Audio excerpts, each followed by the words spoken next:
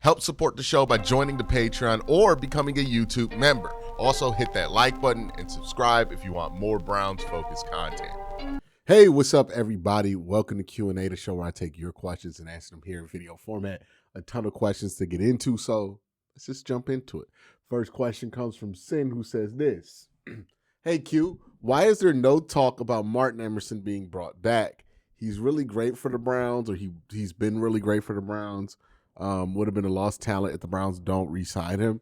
I think the big issue with bringing back Martin Emerson is because he wasn't here last year, the team made moves that kind of pushed him out. Here's what I mean. Tyson Campbell is a lot of different things at corner, but the one thing he's not going to be is a slot, right? Tyson Campbell is going to be a boundary. Denzel Ward almost certainly going to be a boundary corner. So if you bring back Martin Emerson, you can't put Martin in the slot because Martin, for similar reasons to Tyson, just not a good fit for a slot corner. He's not quick in the hips.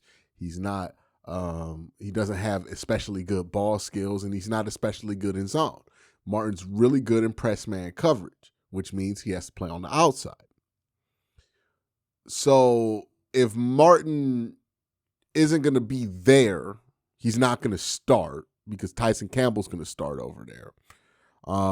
Which means if you're Martin Emerson, you might want to think about returning to Cleveland because the starting opportunity is not there. You know, the snaps aren't really there. So what would have been, if Greg Newsome were still here, a easy return for Martin Emerson gets a little cloudy because maybe Cleveland doesn't offer you the same opportunities this year that other teams are going to be able to offer you. Because if you're Martin Emerson and you want to be successful coming off of a bad season and an Achilles tear, you want to be able to do what you do best, which is press man on the outside. And it doesn't seem like the Browns are interested in bringing you back in that role, which is why I don't think we hear a lot of smoke about Martin Emerson coming back. Now, if Martin has no suitors, I'm sure the Browns will scoop him up for cheap. But outside of that, it's probably looking like he might have to go somewhere else to get the opportunity that he wants if somebody's willing to offer him that opportunity, which is a big if, right? Because there are other corners that people will give a flyer to before Martin Emerson. So, you know, I think that's the big problem with Martin right now and why you're not hearing a ton about him coming back. Tyrone says this. The more I think of it, Todd Monken could transform the defense. He's been going up against the Browns twice a year for the past couple of years. He studied the cracks and the ways to beat the defense, and he should be able to apply that knowledge. They've also retained a lot of the same defensive coordinators. He's made it clear how much he loves the defense. Might be a hot take, but this year could be the best defensive season we see, especially if the offense gets going. I agree that if the Browns get something, some life on offense, if they're just mediocre to average on offense, the defense is going to be much better statistically than they were last year, and they were really good last year. I think that was the main thing holding back the Browns' defense, in my opinion, was the Browns' offense. And if the Browns' offense and special teams aren't holding back this team, then all of a sudden I think, you know, this defense is going to look really good. I think Miles can challenge his sack record again. All those kind of crazy things could pop up again. That all being said, like Todd Monken's impact on the defense, I think, you know, it's worth noting. It's also worth noting, like, Baltimore's performances offensively against Cleveland have been up and down. There have been, I think, a few really good performances from Baltimore's offense and a couple weak ones. So, you know, it's not like Todd was the master at breaking down this defense, but I think he's better at poking holes in this defense than maybe Kevin was, because Kevin, a very traditional style of approaching it, just wasn't really able to poke the holes in the defense during the offseason. So, yeah, I think there's something to that, Tyrone. I think there is. The next question comes from Feeling Dangerously, who says this. Maybe it's just me, or maybe it's just this time of the year of optimism, but I'm getting the feeling that this team could make it to the playoffs with a good offseason. I was wondering if perhaps there's a bit more potential for this team than we think. It depends on, how do I put this?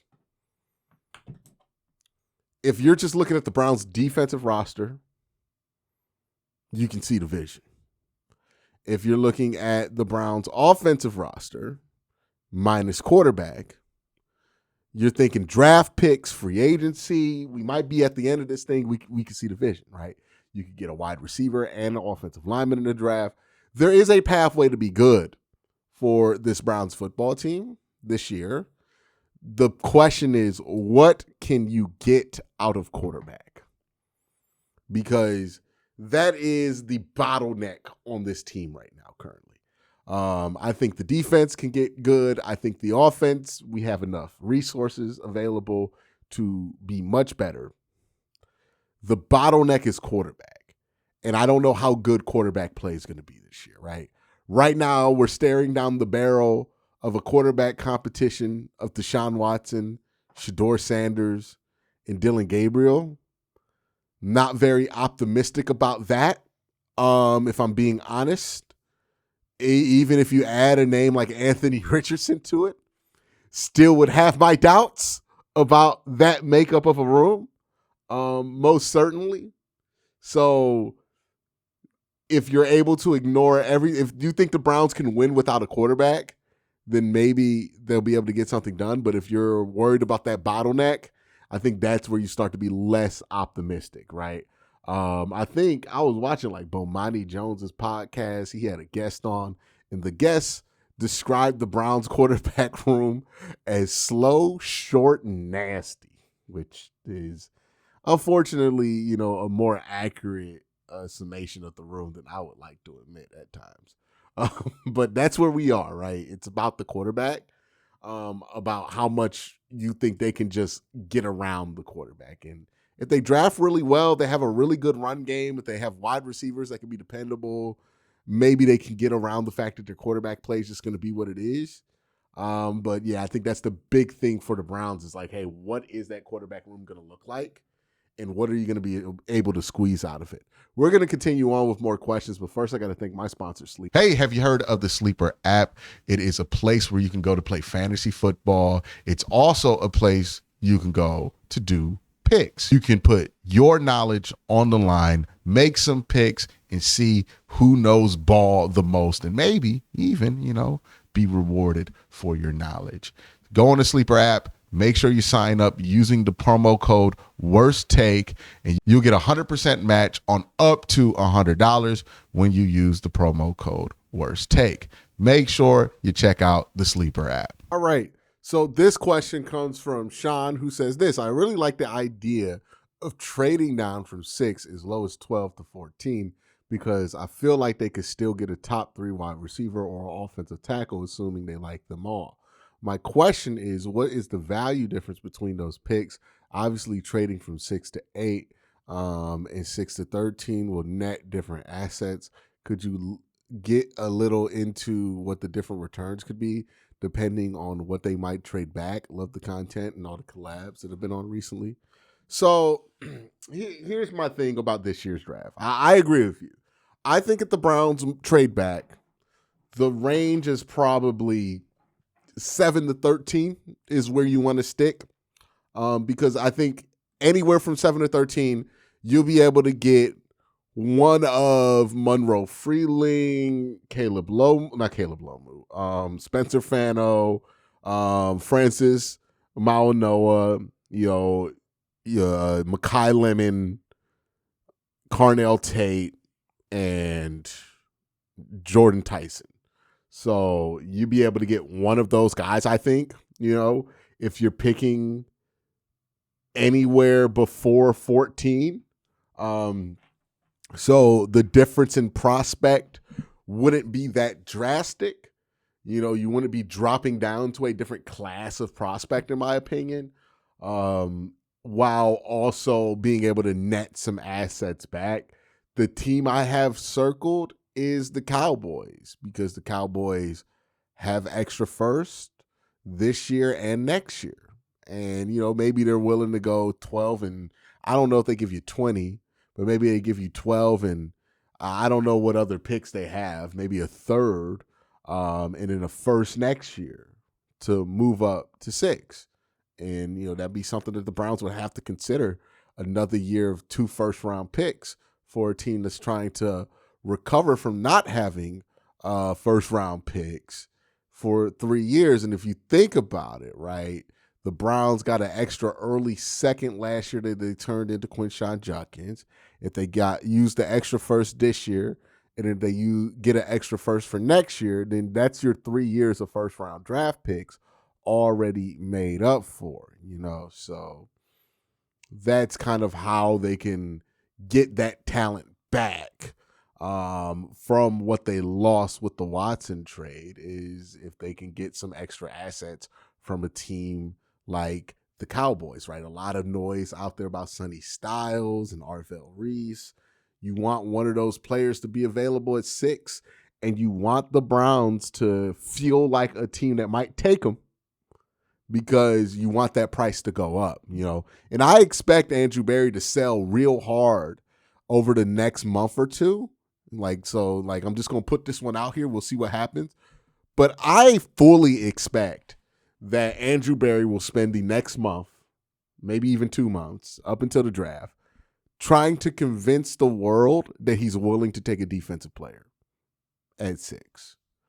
I think he's really going to spend a lot of time trying to convince us that defense is not off the board at 6. I think more than likely they don't want to go defense, but I think they want people to think that they are going to go defense, because I think what they really want to do is trade back. And the way that you get somebody to really want to trade back with you and give you something you're happy with is to make them feel like they have to compensate you for something that you're missing out on, right?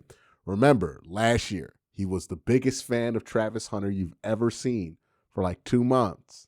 And then he trades the pick to the Jacksonville Jaguars. Really wouldn't be surprised if after the owners' meeting, we're hearing a lot about how Andrew Berry is willing to draft a defensive player and how he's not going to have defense off the board. I think they're really going to try to convince us over the next couple of months that that's something that they want to do.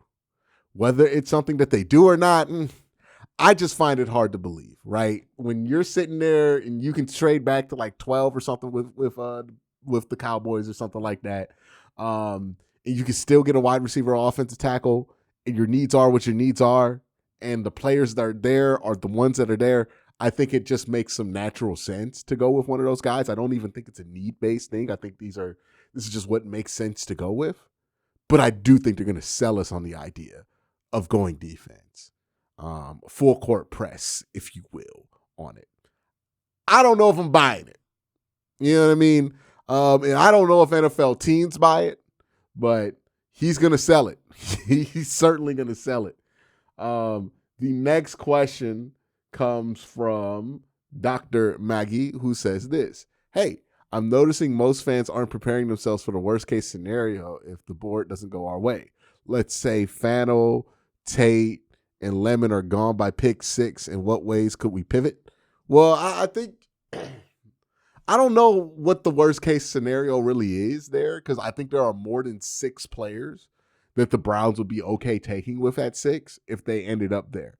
If the Browns ended up having to take Jordan Tyson at 6, I think they would be fine with that. If the Browns ended up having to take Francis Mauigoa at 6, I think they would be fine with that. Be very interested to see where Monroe Freeling ends that combine at on draft boards, because I think he could be a candidate for pick 6 eventually. Even if it's somebody like Caleb Downs, if they had to take him at 6, I think they'd be okay with doing that. So I think there is a high probability, because of how this draft class is laid out, where there's like not really a ton of like traditional blue chip talents, but there's a lot of talents just right under blue chip that are going to spread all the way out to where the Browns are picking.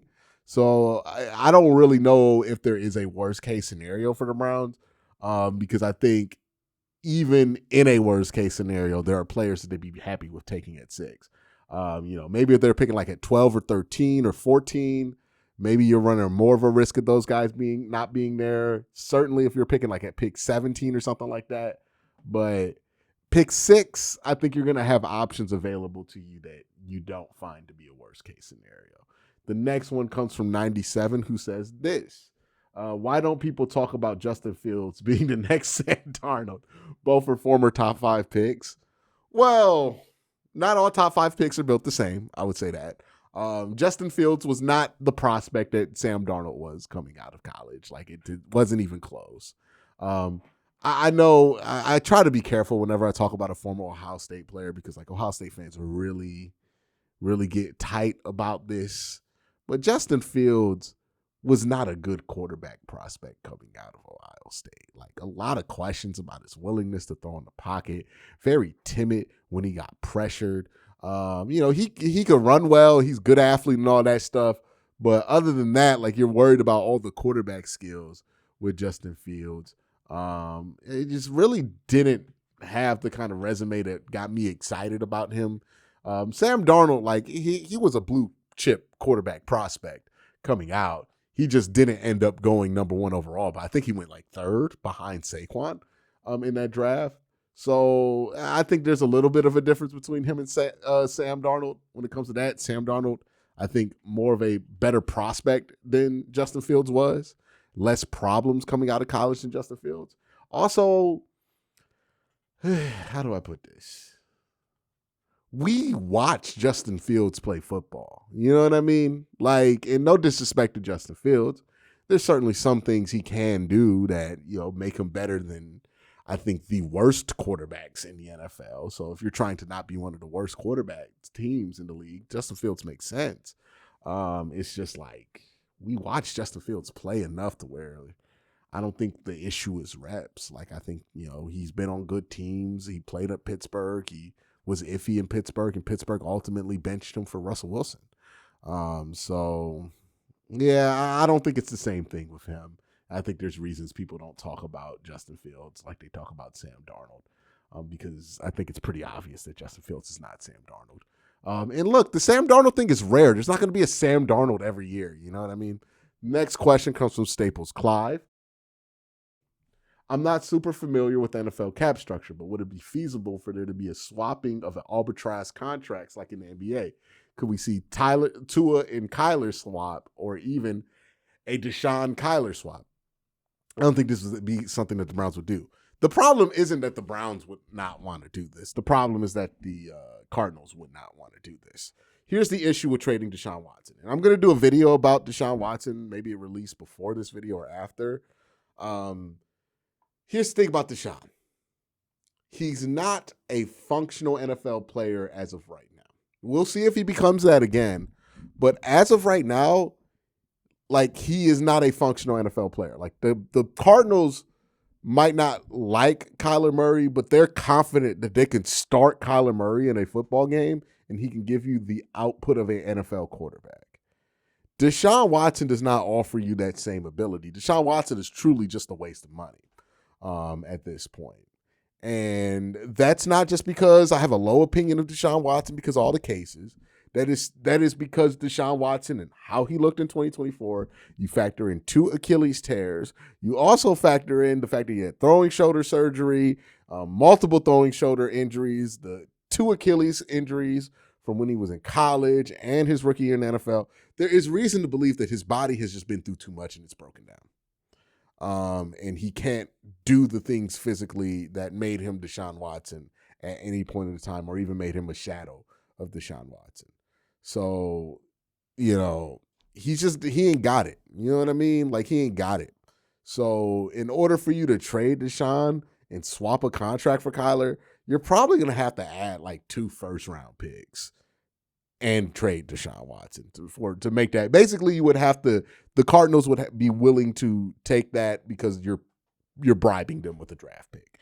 And the Browns aren't going to give up a premium draft pick just to get rid of Deshaun Watson or to get Kyler Murray. So that's why I don't think it would happen. But the bones of what you're talking about, Clive, that could happen. A team could do a swap if they felt like it was worthwhile. Maybe if Deshaun were a playable quarterback, this would be something that would be useful. But right now, Deshaun Watson is going to be a $46 million emergency third-string quarterback wherever he goes. And who the fuck wants to inherit that? I mean, like, even if somebody's offering you a 3rd-round pick with it, it's like, yeah, man, that's not enough. That's not enough to make me eat 40. You're talking about multiple 1st-round picks for $46 million in cap. And keep in mind, the Browns wouldn't even get all that cap space. They would have to take on Tua. I mean, not Tua, but Kyler. So that's why it's not going to happen.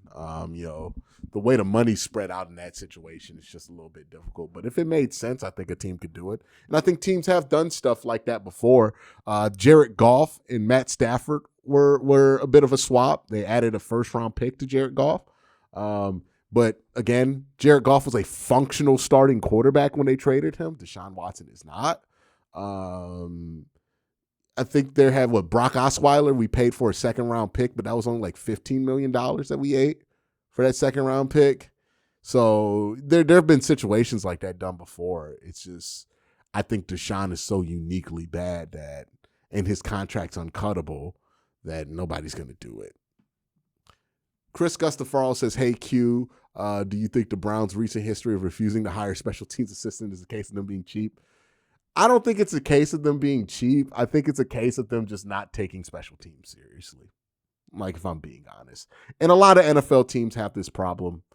I was hoping it'd be different, but I just don't think they take it seriously. I don't think it really matters that they hire another coach at, a couple $100,000 a year or whatever it is going to be for a coach.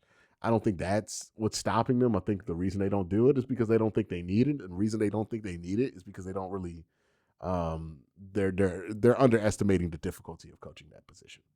Richard Baker says, what do you think of the Browns moving KT Leveston inside? I believe I heard Lance Reisland be pretty optimistic about that. Yeah, I think he'll be a good guard. He's a good run blocker. The thing that KT struggles with is whenever there's moving targets for him to hit on the line. So whenever there's stunts or twists, he sometimes has a hard time figuring out who he should hit. And then dealing with pass protection in space. That's where he really struggles with. If you put him at guard, he only has to worry about one of those problems. So, yeah, there's a better chance of him being successful out there. Covain88 says this, with Anthony Richardson now being approved to seek a trade, do you think the Browns will be one of the destinations he would rather end up at, given his chance of winning the starting role if he performs well during camp? I have no clue where Anthony Richardson's mind is, but if I were Anthony Richardson, I would try to get to Green Bay. I would try to get to Minnesota. I would try to get to San Francisco. Because I think the problem with Anthony Richardson, my diagnosis of him, and I'll do a breakdown of him. Hopefully it's already out by now. But the problem with Anthony Richardson is that he's never been in a position where somebody can just sit him down and just teach him comprehensively football. You know what I mean? He's been taught contextual football his whole career, which is he's big and strong, so we're going to have him do stuff that's big and strong, and we're only going to teach him to do stuff that we have him do because he's big and strong. But he hasn't been put in a position to do a lot of comprehensive work when it comes to football, and it shows in his tape. I think he needs to go somewhere where he's not going to play, where he can focus on learning, where somebody can focus on teaching him. And then I think when he gets out of that situation, I think there's a chance he could be really good. I think you might want to consider being the 3rd team for Anthony Richardson, not the 2nd team. Now, with that being said, would Cleveland be a good landing spot for him? I think they could sell it because Cleveland is focusing a lot on teaching. And I think Anthony Richardson, if he's being honest with himself, understands that he doesn't need an opportunity as much as he needs to be taught, right? And maybe he could be taught and play at the same time. Maybe that's a possibility. But Cleveland, I think, would be one of the better landing spots for Anthony Richardson. Whether Anthony Richardson realizes that, that's up to him, right? He might think he just needs an opportunity. So he's going to go somewhere that's going to guarantee him an opportunity. I don't know if Cleveland should be interested if that's all he cares about. If he's actually trying to learn and looking at places that will teach him football, and that's what he's open to, I'm a lot more interested in Anthony Richardson at that point. But you got to figure out where his mind is before you get anything else. But that's my thoughts. Let me know your thoughts in the comment section down below. Y'all have a great day. Have an even better night. Peace.